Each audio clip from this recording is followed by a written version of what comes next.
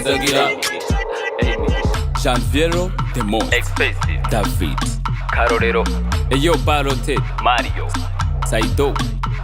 Music, celebrity, entertainment, showbiz. Welcome to the Town Trend Show.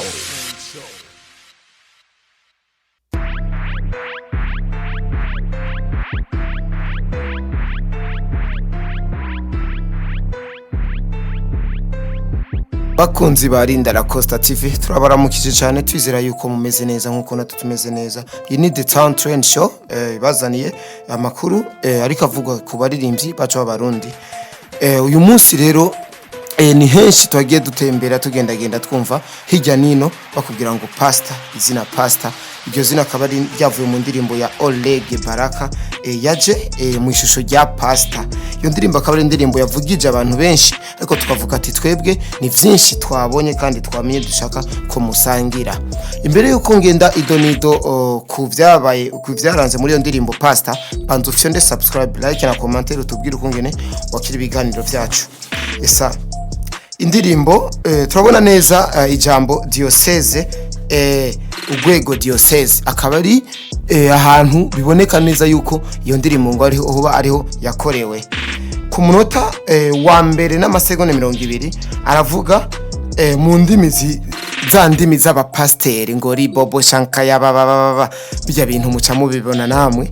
Ivyo bintu bikaba byadutangaje cyane, bikaba byaduteye amakenga ati ibintu yabikuye hehe. Dutarutse gato ku munota wa gatatu n'amasegonda 16 turabona wetu abambwe akabambanwa n'agafukamunwa hejuru mu kwirinda COVID-19. Akaba ari ibintu navyo ne byatangaje abantu benshi ati Yesu gute abambwe n'agafukamunwa. Olegue araja tweretse hanyuma aza mu ndege. Iyo ndege igenderamo abasirikare ni indege na Joe Biden atagenderamo ariko Olegue niyo yajemo.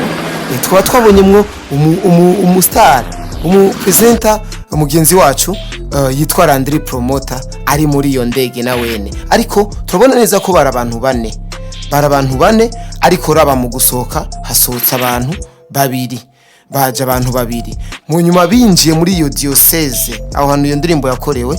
Turabona neza abantu bane navyo ne tukibaza duti ivyo bintu vyo bavyaje gute. Olegue rero abamwegereye bamubajije vyinshi, baramubaza ati iyi ndirimbo kuki wayisohoye uku mu buryo mu gihe tubona neza yuko hariho ama mise en scène menshi kandi benshi bavuga yuko yo basarisha, ariko twebwe nk'abasesanguzi twabonye neza yuko ari mise en scène z'ukuri. Ku munota dusubiye inyuma gato ku masegonda 59 turabona umuntu biyishe, umuntu baramwishe, umuntu arafuye.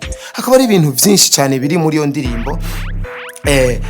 Ndakwibutsa neza yuko muri iyo ndirimbo nyene Yesu Olegue yavuze ati ngo Yuda amaze kugurisha Yesu ngo yaravye Petero mu maso amubwira ati ngo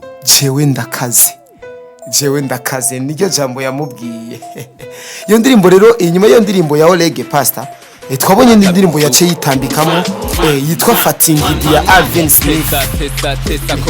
Iki bintu bikaba byabandanye bikomera cyane guza abantu benshi batangiye kuvuga ati Alvin Smith muraza mabifu yiwe na Olegue, aho Alvin Smith yavuze yuko Olegue yo yari umudansere wiwe, ati Alvin Smith rero yitambitse mu ndirimbo ya Olegue twa Paster. Biherera hehe? Bandanye ifyonda subscribe, bandanye utumira n'abagenzi bawe gukurikirana Rinda la Costa TV kuko tugiye tubabwira ivyabandanije muri iyo hagati ya Olegue na Alvin Smith iyo vyahereye. Music, celebrity, entertainment, showbiz. Welcome to the Town Trend Show.